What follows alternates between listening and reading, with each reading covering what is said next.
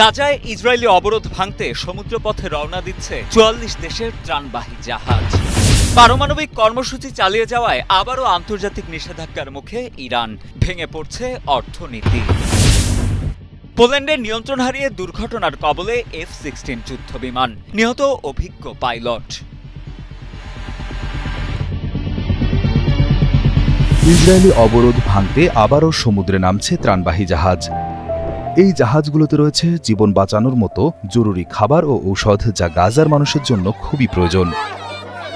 বিশ্বজুড়ে ৪৪টি দেশের শত শত সাহসী মানুষ এই অভিযানে যোগ দিয়েছেন, যাদের মধ্যে বিখ্যাত পরিবেশকর্মী গ্রেটা থুনবার্গও রয়েছেন। তাদের লক্ষ্য একটাই, গাজার অবরুদ্ধ মানুষের কাছে সাহায্য পৌঁছে দেওয়া, যদিও ইসরায়েল বারবার এই চেষ্টা আটকে দিয়েছে।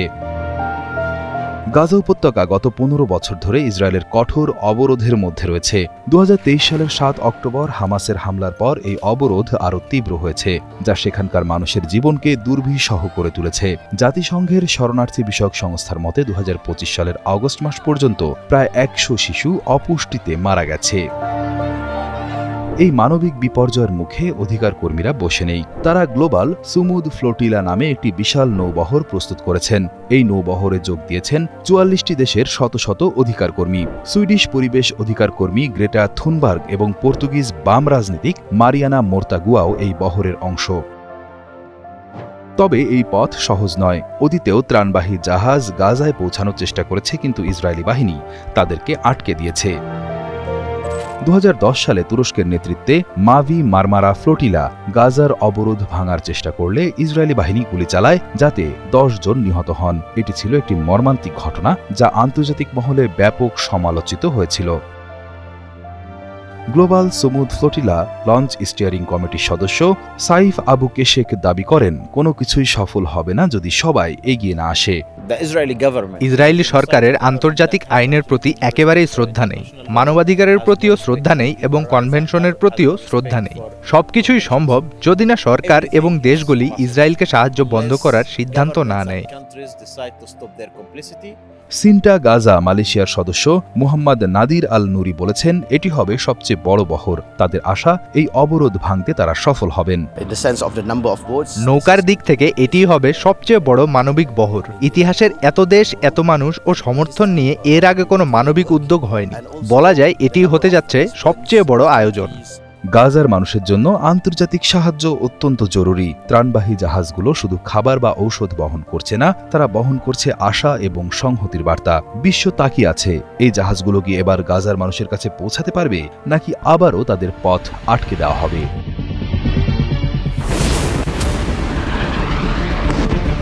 ২০১৫ সালের পারমাণবিক চুক্তি অনুযায়ী ইরানকে পারমাণবিক অস্ত্র তৈরি থেকে বিরত থাকার প্রতিশ্রুতি দেওয়ার বিনিময়ে তার ওপর থেকে আন্তর্জাতিক নিষেধাজ্ঞা তুলে নেওয়া হয়েছিল। কিন্তু যুক্তরাজ্য, ফ্রান্স ও জার্মানি অভিযোগ করেছে ইরান এই চুক্তির শর্তগুলো পালন করছে না, যার ফলে তারা এই পদক্ষেপ নিচ্ছে। তেহরানের বাসিন্দারা ইতোমধ্যেই এই সিদ্ধান্তের প্রভাব অনুভব করছেন। স্থানীয় বাসিন্দা ইয়াসিন আসাদিরার দাবি, এসব হওয়া উচিত ছিল না। দুর্ভাগ্যবশত এমন কিছু ঘটেছে যা হওয়া উচিত ছিল না। আমার মনে হয় তারা চায় না আমরা সুখে ও আরামে জীবনযাপন করি। আমরা প্রতিদিন বিশ্ব সম্প্রদায়ের পিছনে পড়ে যাচ্ছি। তেহরানের আরেক বাসিন্দা মোহসেন কোল্লাবোলান্ধ জানান, এই নিষেধাজ্ঞার অর্থনৈতিক প্রভাব ইতোমধ্যে স্পষ্ট। তাদের উপর চাপ ক্রমাগত বাড়ছে। যখন ডলার এবং স্বর্ণের দাম বাড়ে, তখন অনিবার্যভাবে অন্য সবকিছুর দামও বেড়ে যায়। তেহরানের বাসিন্দা এহসান দারাবির দাবি, সব দেশের কাছে শান্তিপূর্ণভাবে ব্যবহারের জন্য কিছু প্রযুক্তি থাকতে পারে, এটা তাদের অধিকার। আগামী 18 অক্টোবর এই পারমাণবিক চুক্তির একটি গুরুত্বপূর্ণ ধারা শেষ হয়ে যাচ্ছে। এই সময়সীমার আগেই যুক্তরাজ্য, ফ্রান্স ও জার্মানি এই স্ন্যাপব্যাক প্রক্রিয়া শুরু করল। এই ব্যবস্থাটি চুক্তির একটি গুরুত্বপূর্ণ অংশ, যা অংশগ্রহণকারী দেশগুলোকে রাশিয়া বা চীনের ভেটো ছাড়াই দ্রুত ২০১৫ সালের পূর্ববর্তী সব নিষেধাজ্ঞা পুনর্বহাল করার ক্ষমতা দেয়। এই নিষেধাজ্ঞা কার্যকর হলে ইরানের উপর অস্ত্র নিষেধাজ্ঞা এবং সম্পদ জব্দ করার মতো পদক্ষেপ পুনরায় চাপানো হবে, যা দেশটির ভঙ্গুর অর্থনীতিকে আরও চাপে ফেলবে। যদিও ইরান বরাবরই দাবি করে আসছে তার পারমাণবিক কর্মসূচি শান্তিপূর্ণ উদ্দেশ্যে, বহু দেশই দীর্ঘদিন ধরে সন্দেহ করে আসছে যে দেশটি পারমাণবিক অস্ত্র তৈরি করতে চাচ্ছে। ব্যারেল রোল কৌশল দেখাচ্ছিলেন F-16 যুদ্ধ বিমানের পাইলট। ব্যারেল রোল বিমানের একটি জটিল অ্যাক্রোব্যাটিক ম্যানুভার, কিন্তু দুর্ভাগ্যবশত কৌশলটি সম্পন্ন হওয়ার আগেই বিমানটি নিয়ন্ত্রণ হারিয়ে মাটিতে আছড়ে পড়ে এবং সঙ্গে সঙ্গে আগুন ধরে যায়। এই দুর্ঘটনায় আশেপাশে থাকা কোনো মানুষের আঘাত লাগেনি। এই ঘটনায় পুলিশ বিমান বাহিনীর ৩১তম ট্যাকটিক্যাল এয়ারবেইজের একটি F-16 যুদ্ধ বিমান বিধ্বস্ত হয়েছে এবং এর পাইলট ঘটনাস্থলেই মারা যান। পুলিশ সশস্ত্র বাহিনীর জেনারেল কমান্ড এক বিবৃতিতে জানিয়েছে, দুর্ঘটনার পরপরই উদ্ধার অভিযান শুরু করা হয়। স্থানীয় গণমাধ্যম সূত্রে জানা গেছে, বিমানটি গ্রিনিচ সময় বিকাল ৫টা ৩০ এবং বাংলাদেশ সময় রাত ১১টা ৩০ রানওয়ের উপর বিধ্বস্ত হয় এবং রানওয়ের ব্যাপক ক্ষতি সাধন করে। F-16 ফ্যালকন যুদ্ধবিমান, যা ভাইপার নামেও পরিচিত, বিশ্বের অন্যতম সফল এবং বহুল ব্যবহৃত একটি যুদ্ধবিমান। এটি একক ইঞ্জিন বিশিষ্ট একটি মাল্টি রোল ফাইটার জেট। এর সর্বোচ্চ গতি প্রায় ২৫০০ কিলোমিটার প্রতি ঘন্টা, যা শব্দের গতির প্রায় দ্বিগুণ। এই বিমানের দৈর্ঘ্য ৪৯ ফুট ৬ ইঞ্চি এবং ডানার বিস্তার ৩২ ফুট ১০ ইঞ্চি। একটি F-16 যুদ্ধ বিমানের আনুমানিক মূল্য প্রায় ৯৭ মিলিয়ন মার্কিন ডলার, যা বাংলাদেশি টাকায় ১১০০ কোটি টাকারও বেশি। এই দুর্ঘটনার কারণ অনুসন্ধানে তদন্ত চলছে। বিমান বাহিনীর পক্ষ থেকে জানানো হয়েছে, দুর্ঘটনার বিস্তারিত কারণ খুঁজে বের করতে সব ধরনের চেষ্টা চালানো হবে। পাইলটের পরিচয় নিশ্চিত করা হয়েছে। নিহত major Maciej Slab Krakowian police F-16 Tiger demo টিমের একজন সম্মানিত সদস্য এবং একজন অত্যন্ত দক্ষ পাইলট ছিলেন। তার মৃত্যু পুলিশ বিমান বাহিনীর জন্য এক অপূরণীয় ক্ষতি।